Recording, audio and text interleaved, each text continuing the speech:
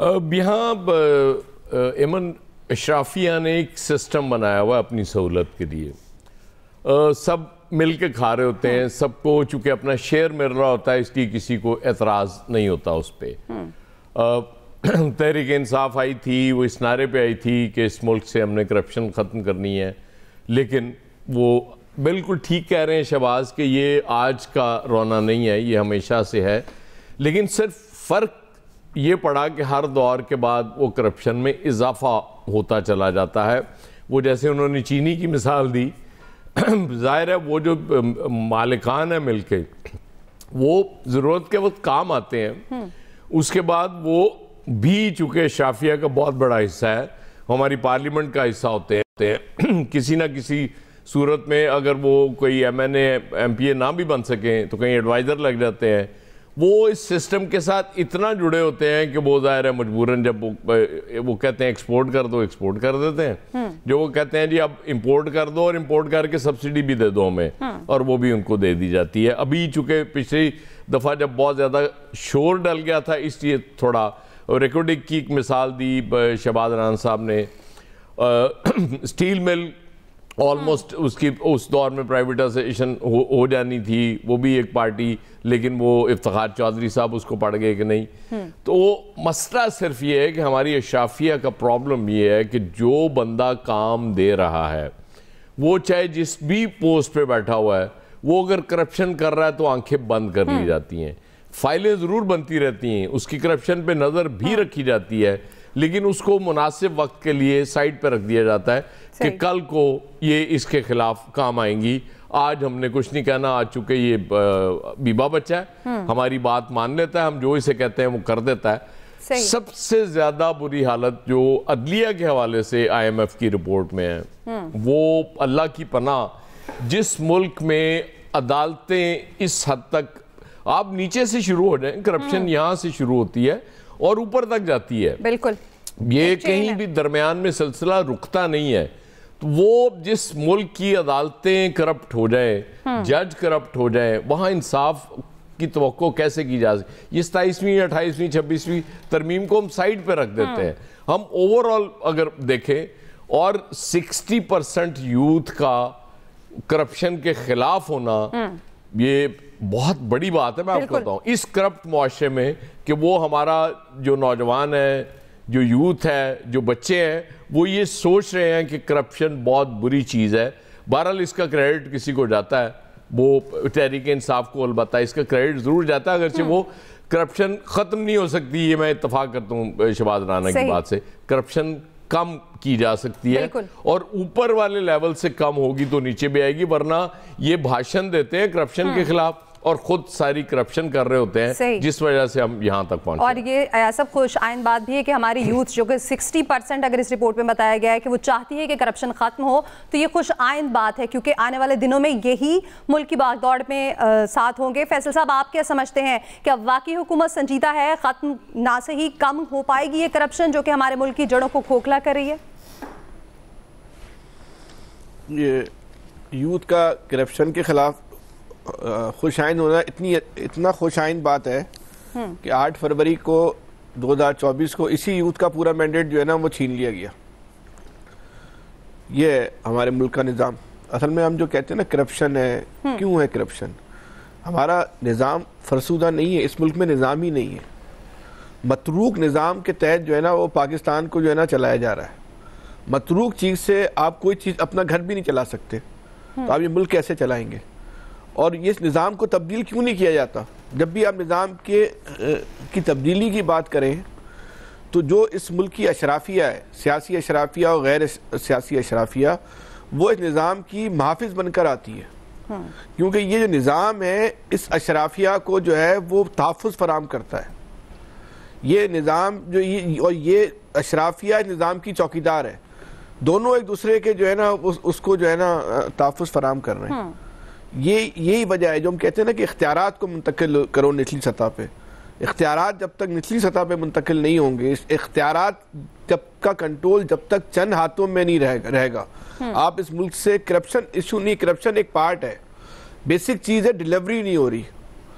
جو کرپشن تو دیکھیں مہاتر پر بھی بہت سارے الزام آتے ہیں لیکن ڈیلیوری کے ساتھ ہیں. پیوٹن پہ بھی بہت الزام آتے ہیں ڈیلیوری، لیکن ڈیلیوری ہے. جو آپ اردگان ہے، طیب اردگان، ان پہ بھی کرپشن کے چارجز ہیں. ان سب لوگوں پہ خربوں کی ڈالر کی کرپشن کے چارجز ہیں، لیکن ان لوگوں نے ڈیلیوری کی ہے. پاکستان کا المیہ یہ ہے کہ جو پاکستان میں جو کرپشن ہے وہ ڈیلیوری کے بغیر ہے. وہ وجہ کیوں ہے کہ آپ کا نظام جو ہے وہ ڈیلیور نہیں کر سکتا عام آدمی کو. یہی نظام جو ہے اگر ڈیلیور کر رہا ہو عام آدمی کو، عام آدمی کے بنیادی مسائل کو حل کر رہا ہو، تو یہ کرپشن جو ہے وہ آپ کو چبھے گی نہیں. اسی کرپشن کا تناسب جو ہے وہ کم ہو جائے گا. لیکن کیونکہ نظام کو بچانا ہے، کیونکہ یہ نظام جو ہے ان لوگوں کو تحفظ فراہم کرتا ہے. کیونکہ نظام تبدیل ہوگا تو یہ چہرے نہیں رہیں گے جن کا اس وقت قبضہ ہے، کنٹرول ہے اس سسٹم کے، وہ پاکستان کے اوپر. اس لیے وہ نظام کی جو ہے وہ ہر صورت میں جو ہے وہ حفاظت کرتے ہیں. جیسے آدمی جو ہے وہ اپنے گھر کی حفاظت کرتا ہے، گھر کی قیمتی اشیاء کی حفاظت کرتا ہے، تو یہ لوگ نظام کو یہ اپنا حق سمجھتے ہیں. صحیح. ان کو اس چیز سے فرق ہی نہیں پڑ رہا کہ اس ملک کا جو ہے وہ 25 کروڑ لوگ کیا چاہتے ہیں. کیونکہ یہ لوگ اتنے طاقتور ہو چکے ہیں کہ 25 کروڑ لوگوں کے اوپر یہ مسلط ہے، ان پہ ان کا کنٹرول ہے. اس کنٹرول کو کسی صورت میں جو ہے نا وہ کمزور نہیں ہونے دے رہے. صحیح. تو آج یہی وجہ ہے کہ اس 25 کروڑ لوگ جو ہیں، 25 کروڑ ہو کے بھی جو ہیں وہ کمزور ہیں، لاچار ہیں، اور یہ 1% یا 2% ہو کے بھی جو ہے وہ طاقتور ہیں. صحیح. لیکن اسی نظام کو بدلنے کی بھی ضرورت ہے، کیونکہ فیصل صاحب اگر یہ نظام ایسے ہی چلتا رہے گا تو ملک کی ترقی تو ممکن نہیں ہو پائے گی. شکیل صاحب کیا کہتے ہیں آپ؟ دیکھیے بات یہ ہے کہ جو IMF کی رپورٹ ہے انہوں نے کچھ تو باتیں کی ہیں، کچھ چیزیں بتائی ہیں، لیکن ہمارے ملک کا جو بنیادی مسئلہ ہے اس کی وجہ بھی انہوں نے بتا دی کہ وہ کرپشن ہے. اور کرپشن کس لیول پر ہو رہی ہے اس کے اگر آپ دیکھیں تو جو اشرافیہ ہے ان کا ایک گٹھ جوڑ ہے جو آپس میں انٹر لنک ہیں. اس میں عدلیہ بھی شامل ہے، اس میں پاکستان کے سیاستدان بھی شامل ہیں، اس میں سول ملٹری بیوروکریسی بھی شامل ہے، اور یہ تمام لوگوں نے مل کر جو پاکستان کے جتنے بھی وسائل ہیں ان پر قبضہ کر لیا ہے، اور یہ ایک دوسرے کے مفادات کا تحفظ کرتے ہوئے ہمیں نظر آتے ہیں. یہی وجہ ہے کہ پاکستان میں کرپشن کی شرح جو ہے بڑھتے اور دنیا بھر میں پاکستان جو ہے 135ویں نمبر پر آ گیا ہے کرپشن کے لحاظ سے. تو اگر اوپر کی سطح سے یہ کارٹل جو ہے وہ ختم ہوگا تو میں یہ سمجھتا ہوں کہ نچلی سطح پہ بھی کچھ کرپشن کم ہوگی. ادروائز آپ دیکھ لیں کہ کوئی بھی شخص جو ہے انڈسٹریلسٹ جو ہے وہ ٹیکس دینے کے لیے تیار نہیں ہے. عدالتیں ان کو ریلیف دے دیتی ہیں. ایک سپر ٹیکس لگایا گیا تھا FBR کی طرف سے، صحیح، اس پہ حکم امتناع آ جاتا ہے اور پھر وہ جو ہے نا مسئلہ کھٹائی میں پڑ جاتا ہے.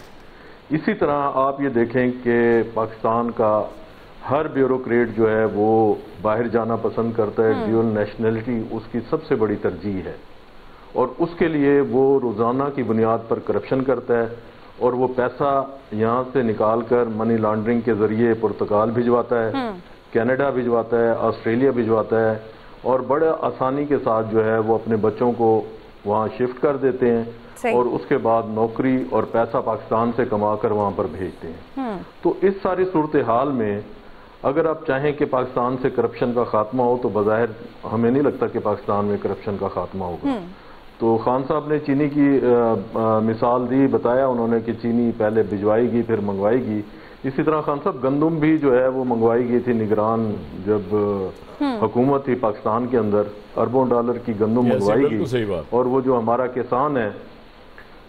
کسان ہے آج تک جو ہے وہ رو رہا ہے، رول رہا ہے. اس کو نہ تو اس کی قیمت ملی نہ پرائس ملی. ان پٹس اتنے مہنگے ہیں اس ملک کے اندر کہ کسان نے توبہ کر لی ہے کہ وہ اس مرتبہ ملک کے اندر گندم کاشت نہیں کرے گا.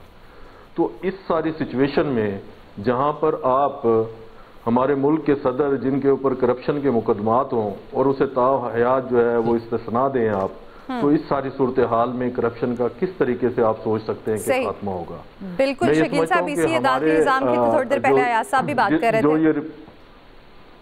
جو یہ رپورٹ ہے اس میں ایک ہی جو ہے وہ خوش آئند بات ہے کہ کم از کم ایک طرف سے تو اچھی خبر سننے کو ملی ہے کہ 60% جو یوتھ ہے وہ کرپشن سے جو ہے وہ چھٹکارا حاصل کرنا چاہتی ہے اور وہ چاہتی ہے کہ ملک سے کرپشن کا خاتمہ ہو. میرا خیال ہے کہ اگر یہ سلسلہ اسی طرح چلے گا اور اس یوتھ کو موقع ملے گا اور اس کی جو موقع ملنے کے بعد اگر واقعی اس کی جو آراء ہوگی, اس کا جو ووٹ ہوگا, اس کو اگر عزت دی جائے گی تو میں سمجھتا ہوں کہ شاید ملک سے کرپشن کا خاتمہ ہو جائے. بالکل شکیل صاحب, یوتھ تو ہماری چاہتی ہے کہ کرپشن کا خاتمہ ہو. ہم نے یہ دیکھنا ہے آپ ہر دور میں اقبال سنگیڑا بھی دیکھیں گے, فرا گوگی بھی دیکھیں گے, ایسل جمیل گجر بھی دیکھیں گے, طاہر خورشید بھی دیکھیں گے. بالکل, لیکن ہم نے یہ دیکھنا حکومت کب سنجیدہ ہوتی ہے اور اس پر کچھ بہتر اقدامات کرتی ہے. ایکسپرٹس کی رائے مزید بھی اس حوالے سے لیں گے لیکن اس بریک کے بعد.